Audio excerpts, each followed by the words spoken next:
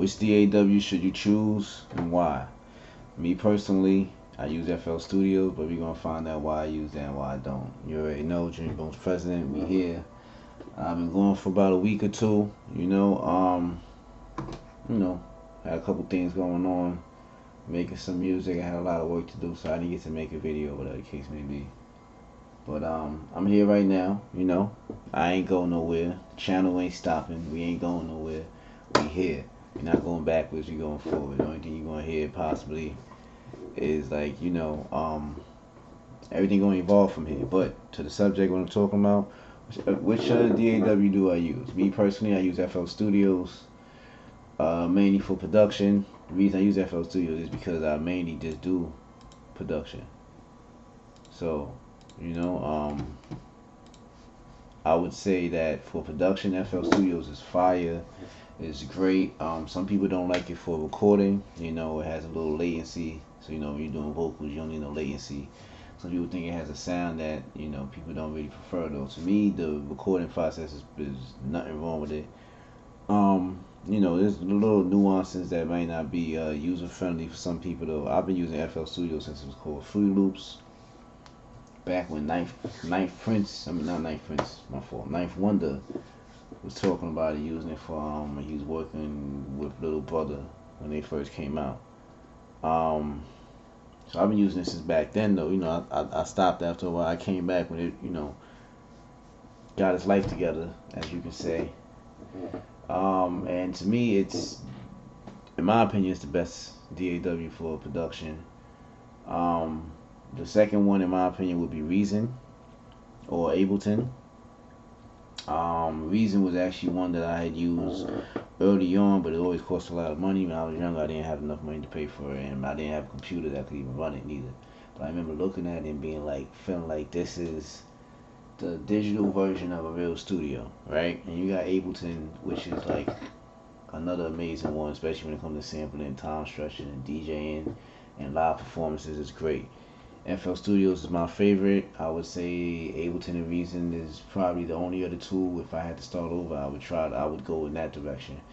If I started over, I would start off with Ableton and probably just stay in Ableton, or I would do Reason and Reaper combination. That would be probably what I'd be doing. Right now I use FL Studios, and I'm getting into using Reaper. Right?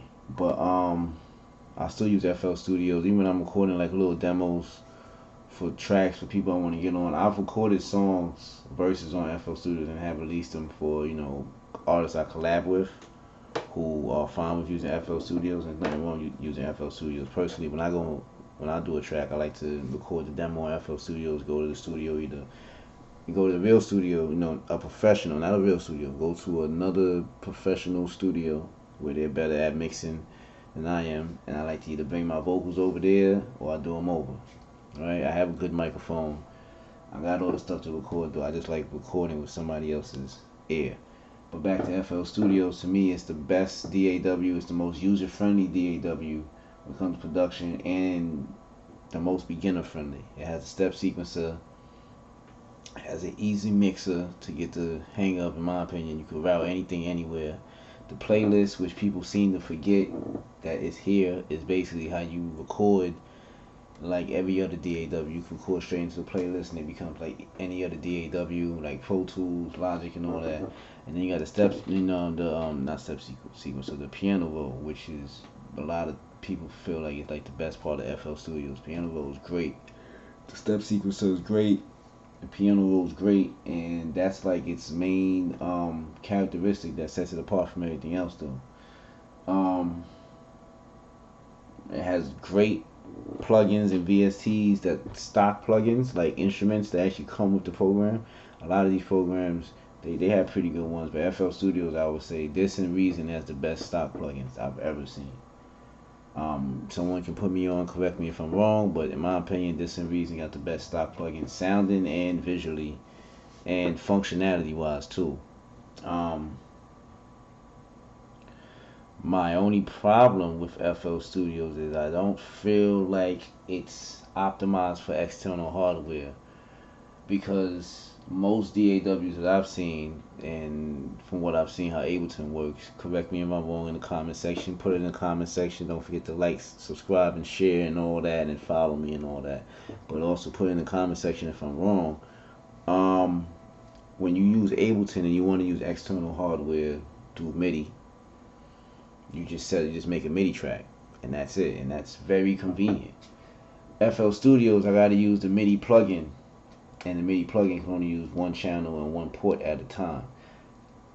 And then, for stuff like the JDXA, which uses different let me turn my baby on. You gotta keep it on. You gotta keep turning my stuff on. My fault. Fans, you know what I'm saying? Gotta keep it on, gotta, you know what I'm saying? Make it look nice. But the JDXA plays different parts of the engine on different MIDI tracks. So when I'm using the MIDI out plugin and I want to put this in FL Studios, I have to have more than one MIDI out plugin separated on different tracks, and then I have to layer each one and connect each. It's a lot, I can't just make a MIDI track and just say, okay, this is MIDI tracks, this to this, and this is all going to play on one thing, on one track as a MIDI track. It doesn't work like that. In Reaper it works like that. In Ableton, for what I've seen, it works like that too. FL Studios wants you to do a plugin. The only other way is to record straight in through audio, and as you know, any mistakes, you gotta hold that. You can't edit the notes or anything like that, and it's not as convenient as just doing MIDI and then recording the audio afterwards through the MIDI. That's my main problem with FL Studios. My second problem is I have something called the Hydrosynth. Everybody knows the Hydrosynth is great for polyphonic aftertouch. FL Studio does not read polyphonic aftertouch for some reason. It just doesn't read it. And in my opinion, I don't know why not. FL Studio is very innovative, it's very user friendly. I can't see any reason why they wouldn't have polyphonic aftertouch. My theory, because my conspiracy theory is that these companies always got something that's missing from their product.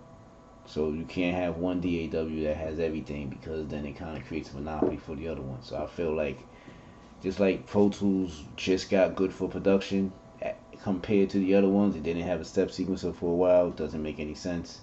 It didn't have a lot of stuff that these other things had, but it was great for recording. And then FL Studios is bad for recording vocals as compared to the other ones, but has great production. None of that makes any sense. Why is any DAW missing anything at this time? FL Studios to this day does not pick up and read polyphonic aftertouch through MIDI, which is not good, because there's a lot of times I'm playing the Hydrosynth and I'm playing the sound from either a plugin or FL Studios or one of these, and I'm hearing it differently. I'm like, oh, it sounds great. But then when I record it through MIDI and I play it back, it don't sound the same, because it's not reading the polyphonic aftertouch. It's not picking up on a polyphonic aftertouch. And that, like I said, that changes the whole sound. So that's something that I'm hoping FL Studios can very soon get together. If they've changed it, please let me know. Put it in the comment section how I could get it to fully pick up polyphonic aftertouch. The MPC picks it up a little bit better, but still, I don't think it's the way it's supposed to be. When I've been told, Ableton has it better. If I'm wrong, please let me know. Those are my two main problems with FL Studios. It doesn't seem optimized for external instruments, and then even with that, the next part, which is a branch off of that problem, is doesn't read polyphonic aftertouch. So, if hopefully they could change that. You could just, somehow just, instead of always having an audio track, they should let you be able to add a MIDI track into the mixer, and let you select all the MIDI channels that you want to do straight through there, and put some polyphonic aftertouch. I use UBI Falcon, and like I said, unless I record it, play it straight through audio, I'm not going to get the polyphonic aftertouch, which is going to limit me with the notes and with the MIDI notes and all those things, and things I could do, which make things a lot easier if it could read the polyphonic aftertouch through the MIDI and not just through the audio, as it should, because you're just sampling. But those are my main problems with FL Studios. Like I said, if I had to start all over, either I would go straight through Ableton and stick with Ableton, and that's a great thing too, or I would do Reason and Reaper. You might ask, why would I want to use two DAWs? Flexibility, you know. It's good to know more than one thing.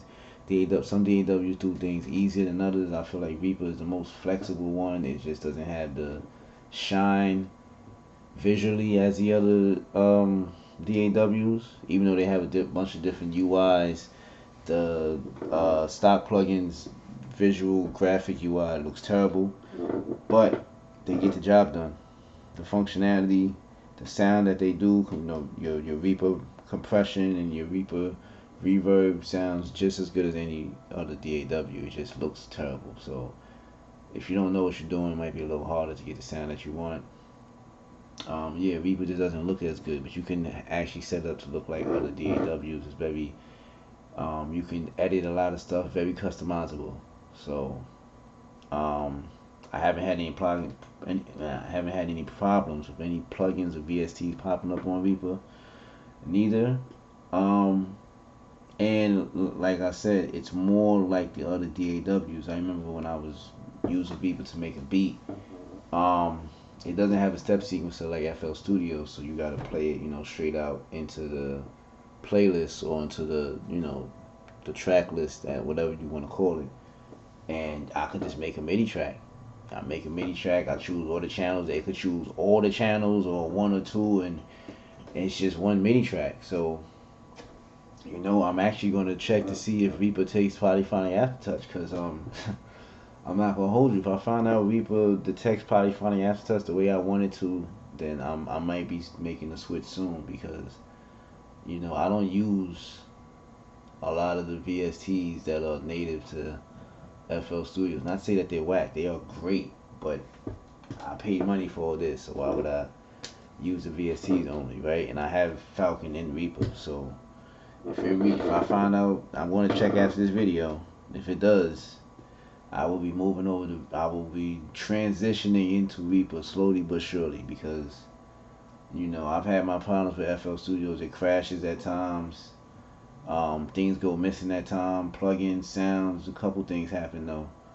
Um, I haven't had any dire problems. I've almost had some real bad situations where songs were almost gone and I could not find them, and Reaper actually saved me. I was making a beat and it crashed. FL Studio is known for crashing, and when I came back, I couldn't find the beat. But FL Studio has an autosave feature, so I was able to go back to an instance that it auto saved, but it wouldn't. Every time I closed out the program, it froze, so I couldn't save it.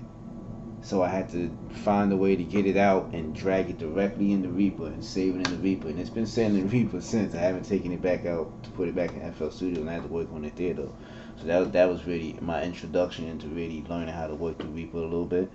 But yeah, I'm actually planning on soon transitioning over. I guess just being used to FL Studio is just what it is. And like I said, the step sequence